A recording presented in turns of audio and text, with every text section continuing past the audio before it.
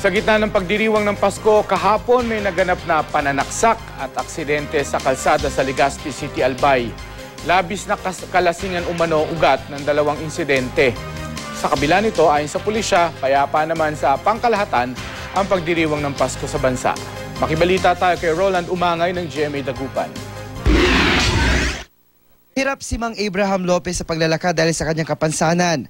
Pero dito naging dahilan para palampasin niya ang Christmas Day Mass sa Our Lady of Manaoag Shrine sa Pangasinan.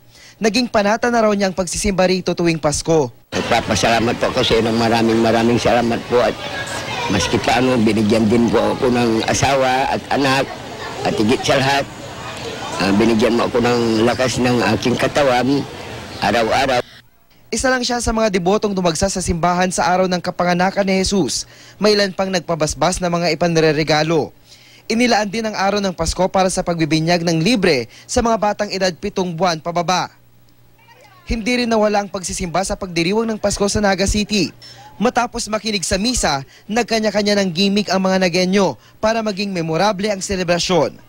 Dahil daw gipit sa budget sa handaan, ang importante, kompleto ang kanilang pamilya sa araw ng Pasko. Ugma na lang po kami dahil bali. Sabi ko, kwarta lang yan. Dahil bali mawara to. Basta ang pamilya tipon. Ayon sa PNP, maituturing na generally peaceful ang pagdiriwang ng Pasko sa lungsod. Pero sa Legazpi, Albay, nakapagtala ang pulisya ng 18 vehicular accident, 8 kaso ng pananaksak at 11 kaso ng pagbubugbog sa mismong araw ng Pasko. Sobrang kalasingan daw ang dahilan ng marami sa mga ito. Kaya payo ng mga otoridad, iwasan ang labis na pag-inom ng alak sa mga handaan ngayong holiday season. Mapayapang Pasko naman ang sinalubong ng mga Cebuano. Ayon sa Cebu City Police Office, mas kakaunti ang nirespondihan nilang aksidente ngayong taon. Bumaba rin daw ang naitala nilang biktima na mapuputok sa pagsalubong sa Pasko. Roland Umangay, Nagbabalita, Pilipinas.